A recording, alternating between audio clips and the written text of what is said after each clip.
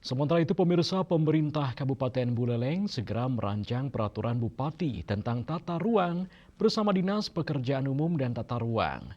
Perbub ini disiapkan untuk menyempurnakan rencana detail tata ruang atau RDTR yang hingga kini belum sepenuhnya tersedia di seluruh kecamatan.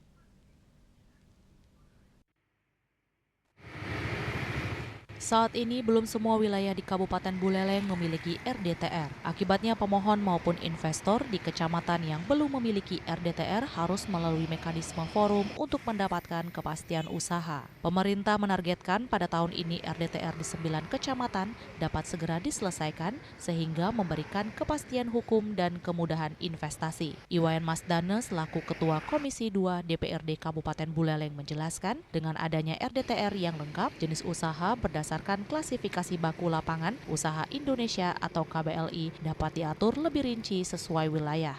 Namun demikian, di sejumlah wilayah yang telah memiliki RDTR klasifikasi baku lapangan usaha Indonesia KBLI yang tercantum masih belum sepenuhnya lengkap. Untuk itu Pemkab Buleleng akan merancang peraturan bupati guna menyempurnakan RDTR yang belum memuat KBLI tertentu.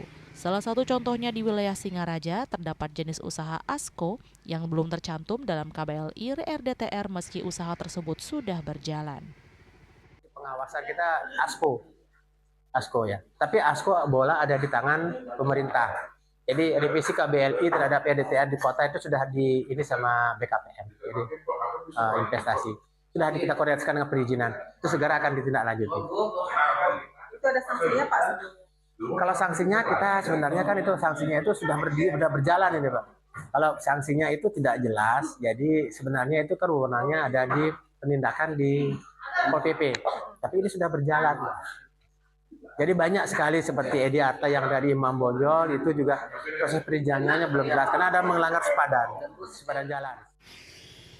Sebagai solusi sementara, penyelesaiannya dilakukan melalui peraturan bupati tentang pemberian insentif dan disinsentif kepada pengusaha atau investor di Buleleng. Pemerintah daerah juga menegaskan akan terus melakukan pengawasan terhadap pelanggaran tata ruang. Sanksi administratif hingga penindakan telah berjalan melalui Satpol PP. Salah satunya terhadap usaha bengkel Edi Arta di Jalan Imam Bonjol yang dinilai melanggar sempadan jalan. Yasri Yuli, Bali TV.